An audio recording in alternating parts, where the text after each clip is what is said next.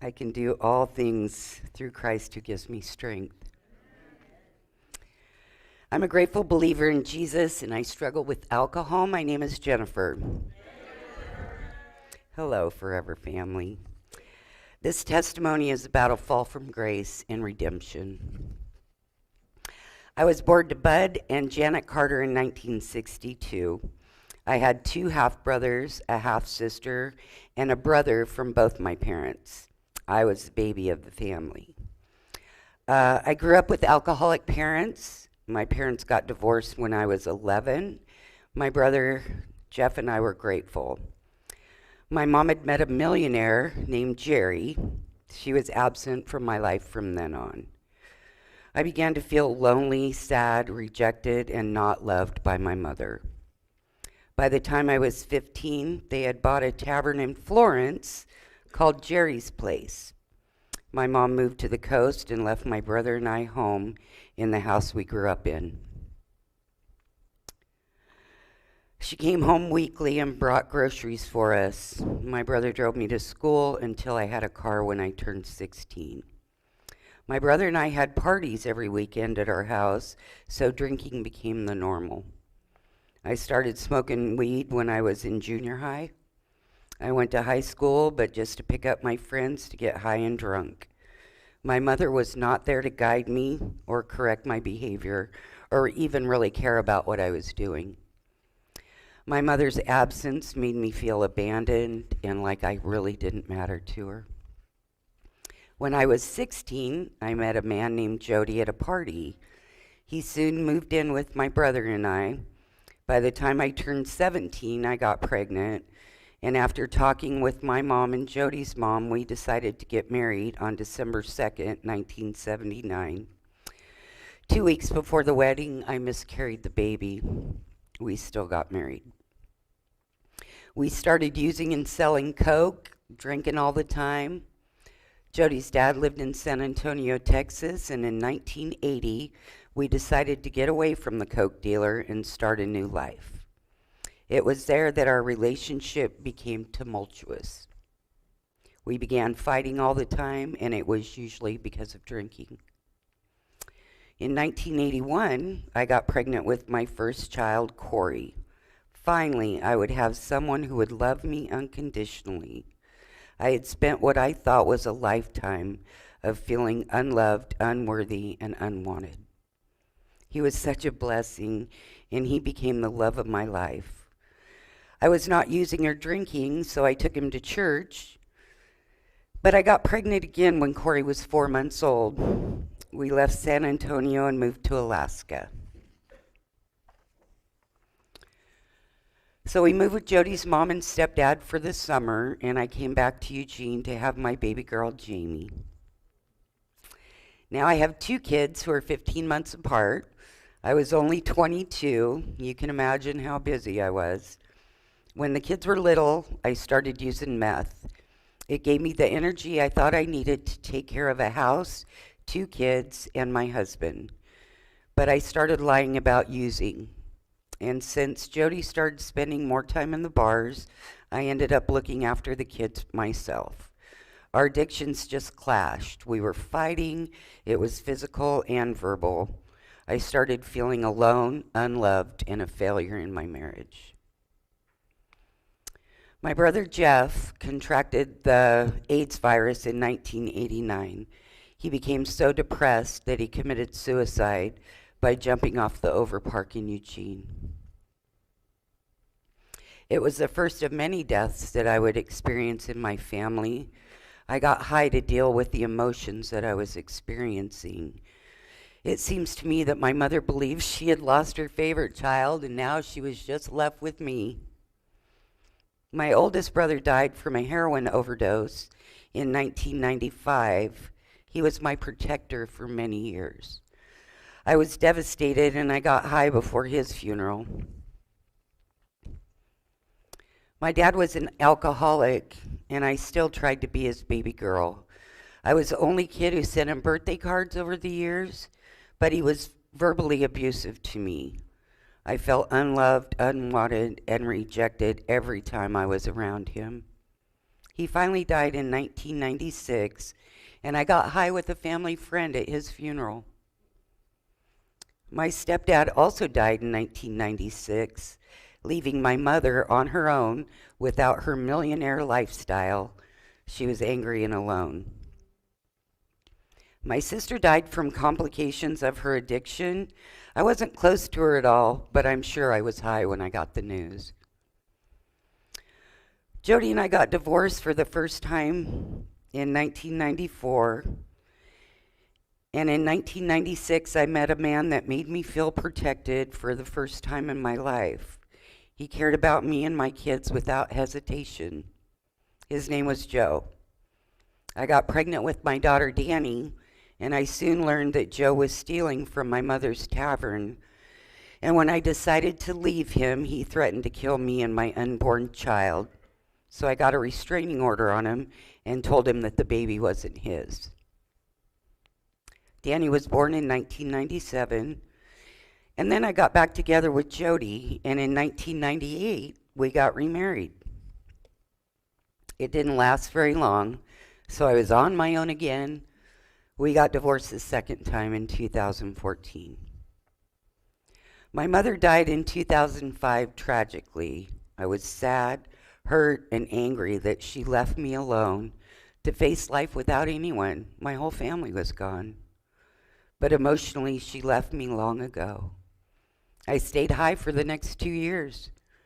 My last brother died from cirrhosis of the liver from a lifetime of drugs and alcohol.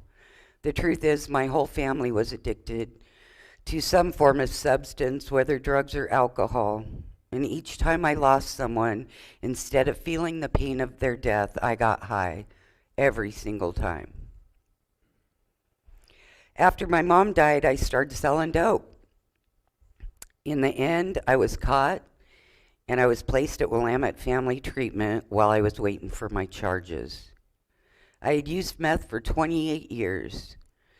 I was in treatment for 45 days. I went to court on my charges, and I received a 16-month prison sentence. My clean date for meth is November 24, 2007.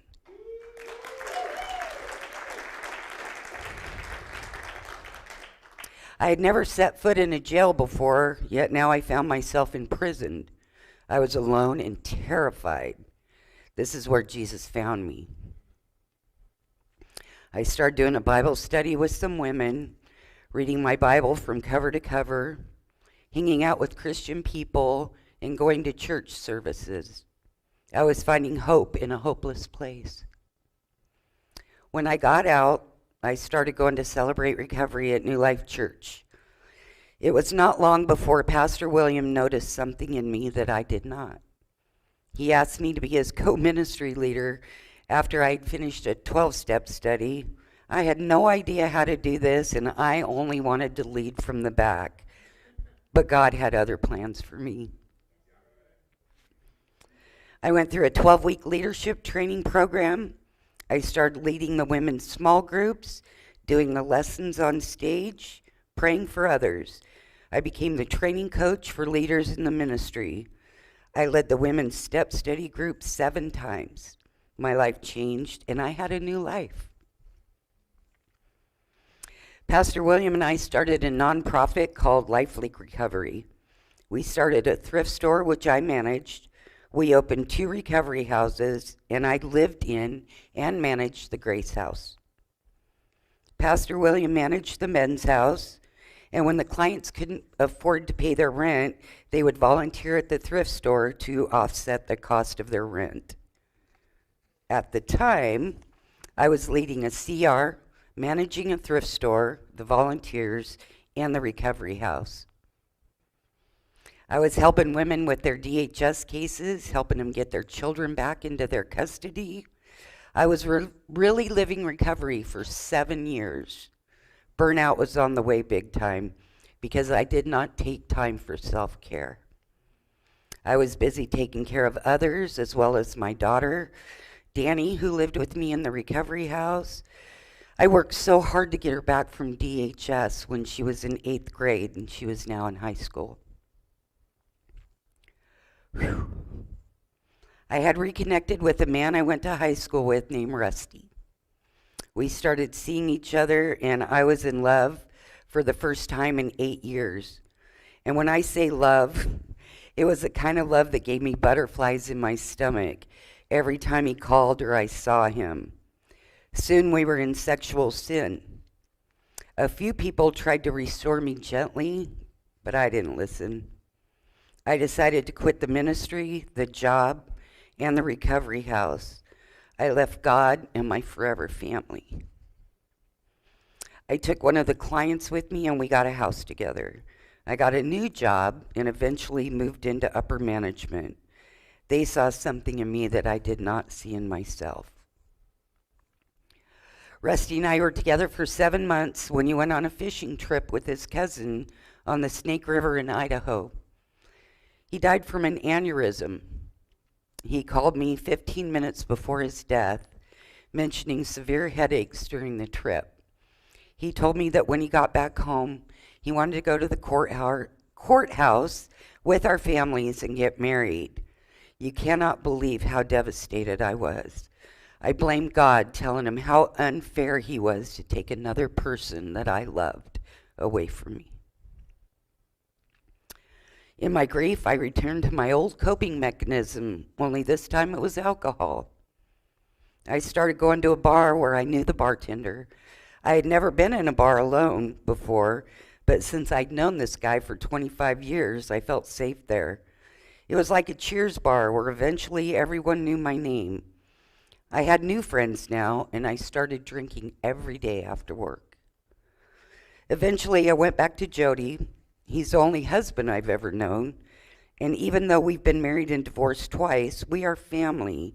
We have children and grandchildren together. His family has been my family for 46 years, and I felt like I was home. And his house is home base for our kids. We love sports and we love drinking together. Our relationship was so different than it was when we grew up together. We are friends and we get along well. I got a DUI in 2017 and I had to go to a diversion classes and get a blower in my car. I found a way to drink and get away with not giving a dirty UA. I completed the program. My constant drinking was having a negative impact on my children. They hated seeing me that way, and I was ruining my relationships with them. I lost my job, and even though I never drank on the job, the effects were changing my behavior at work. I had an I do what I want attitude. It was all about me, and I didn't care who it affected. Drinking became my comfort, a way of dealing with my pain, but life was getting out of control, and I couldn't quit drinking or running from God.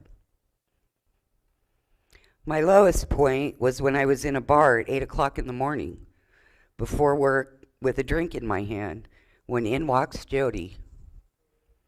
I told him it was 7-Up, that I was getting food before work. He believed me because I lied so well. After he left, I felt deeply guilty for lying to him right to his face. So I called him to admit it and told him that I truly needed help and I needed Jesus. So I rolled in emergence outpatient treatment. It was a 16-week program, and I got 60 days clean, and then I celebrated with a few drinks. I knew when I could drink and pass the UAs, so even though I'd slowed down, I didn't quit, but I did graduate, but not truthfully. I came to the realization that if I didn't quit, I would eventually get another DUI. So I started praying and asking God to help me quit. I did not have the strength to do it on my own, and I knew it. My daughter Jamie had been coming to CR for a few years, and she had all the leaders here praying for me. I didn't know it at the time, but their prayers were working. Jesus had been pursuing me this whole time. So Jesus was changing me. Slowly I was being receptive to the changes. I wanted healing, and I knew that by coming to CR regularly, I would get to know the Jesus that I once followed. and I wanted to be healed. I had done so much damage to myself, physically, emotionally, and spiritually, that I needed this program more than I needed a drink. But I was still having a couple drinks every night. I quit listening to country music in my car, and I started listening to Christian music. But something strange started happening.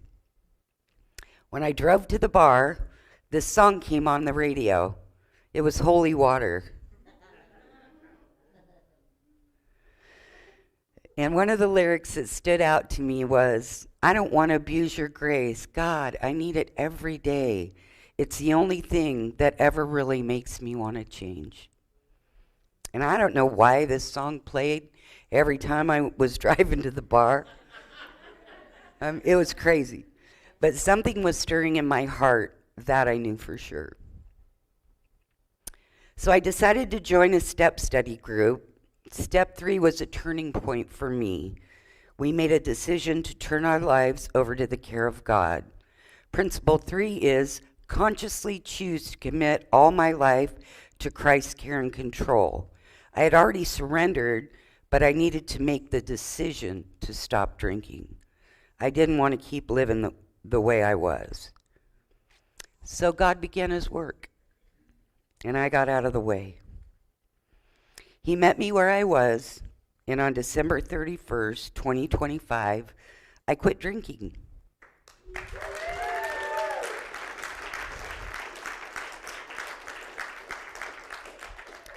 It was the best decision that I ever made, and my life began to change.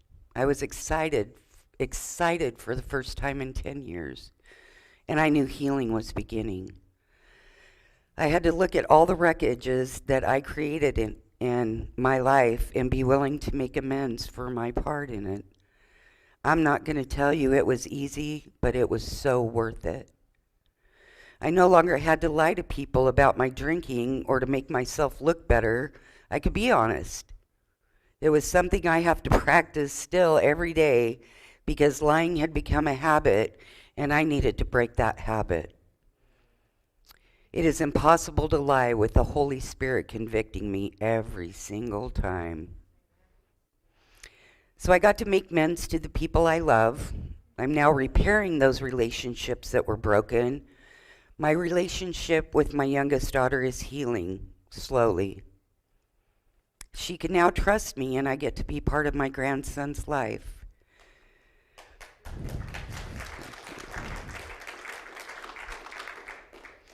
My daughter Jamie is no longer afraid of what will happen to me by my drinking and driving. I'm safe with her and more present in all my children's lives. And I'm no longer drinking to escape the feelings of guilt and shame.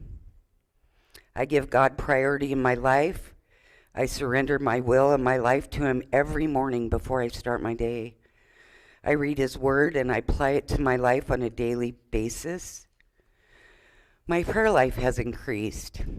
And 1 Peter 5:7 says, cast all your anxiety on him because he cares for you. I've made new relationships with those in recovery, people that I trust to walk alongside me, my forever family. I now believe that I'm worthy of love and acceptance. I have a sponsor, Nicole, who knows everything about me and loves me unconditionally. I honestly don't know where I would be without her. So on January 1st, I have 1 year clean and sober. Praise God.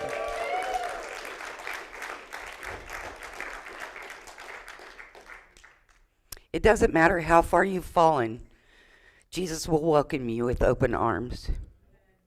Luke 15:4-7 says, suppose one of you has 100 sheep and loses one of them. Doesn't he leave the 99 in the open country and go after the lost sheep until he finds it?